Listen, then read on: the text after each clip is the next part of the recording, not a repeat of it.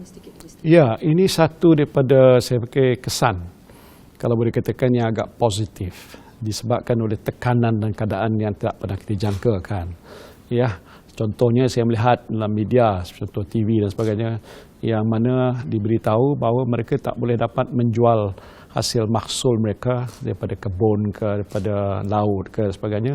Tetapi disebabkan keadaan sebegini, mereka kata tak apa, saya boleh berurus niaga online ataupun melalui sistem e-commerce dan sebagainya. Yang ini memang ada dalam masyarakat kita, tapi tidak dibentuk dengan keadaan yang kukuh, tak meluas. Tetapi dengan situasi baru ini agak sudah jadi satu trend bahawa terbaik mungkin ialah kita buat pesanan melalui talian ataupun tidak payah keluar ke pasar, cuma pesan daripada Grab ataupun Panda dan sebagainya, Food Panda.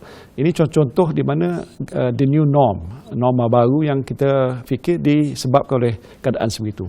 Dan tadi saya sebutkan soal digitalization. Saya dah mengambil ini sebagai satu daripada cabaran baru, iaitu bila kita nak ke hadapan selepas daripada ini, harapannya keadaan akan kembali semula seperti dahulu tapi dalam bentuk baru. Maka itu kita nak percepatkan proses pendigitalan masyarakat kita, baik dalam bidang pendidikan.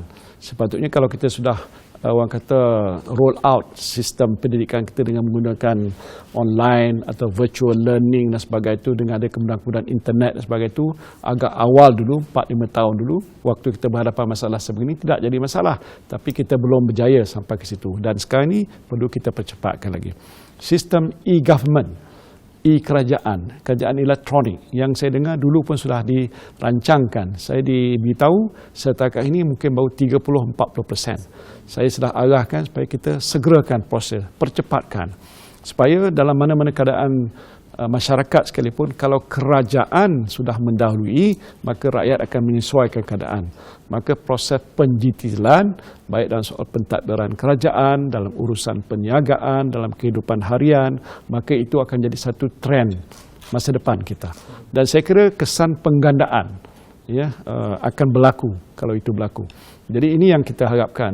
Tapi kita kena, orang kata, rancang secara teratur. Kita kena sediakan infrastruktur yang lengkap untuk tujuan itu, dan kita mungkin menjadikan galakan-galakan selain daripada sistem pendidikan untuk masyarakat dan anak-anak kita di sekolah, dan juga perniagaan. Kalau mereka yang terlibat dalam sektor perniagaan sudah pemula menceburi dalam bidang e-commerce dan lain-lain itu, maka ini mesti dipercepatkan lagi. Jadi ini satu perkembangan yang bagi saya menggalakkan satu trend baru. Dan saya kira kalau ekonomi Malaysia ke hadapan, dia tidak boleh seperti yang ada sekarang. Dia mesti melihat dalam bentuk-bentuk baru, bagaimana yang saya sebutkan tadi. Kalau dilihat dalam kita punya pakej rancangan tu, jumlahnya besar, tapi saya kira tidak terkecuali. Saya tak tahulah pria dan dua-dua di sini ni terkecuali kerana saudara berhadapan, baik dia dalam B40 kategori, penjagaan individu ataupun kumpulan, mereka ada dapat bahagiannya di situ. Ataupun kalau yang BM40 pun ada juga di situ. Maksud saya tadi ialah bahawa langkah-langkah yang kita ambil itu boleh kata menyentuh setiap insan. No one is left behind. Dari segi realitinya memang begitu. Bukan dia sebagai satu frasa saja yang mengatakan tapi sebenarnya tidak. Sebenarnya semua je begitu. Supaya langkah-langkah yang kita ambil ini akan memberi impak kepada memelihara hidupan mereka yang lebih sejahtera, yang lebih terjamin. Kerana apa tujuan kerajaan? What is the purpose of government? It's not, kalau tidak, kerana untuk membantu, membela rakyat. Ini keadaan yang paling utama dalam mana-mana kerajaan sekalipun. To save people, make sure that they can live better, dan usaha mesti dibuat secara bersungguh-sungguh supaya kesan daripada langkah yang kita ambil itu dapat membantu membaiki kehidupan mereka. Jadi inilah yang saya kira menjadi sasaran dan matlamat yang saya sejak mula lagi tumpukan untuk kita laksanakan.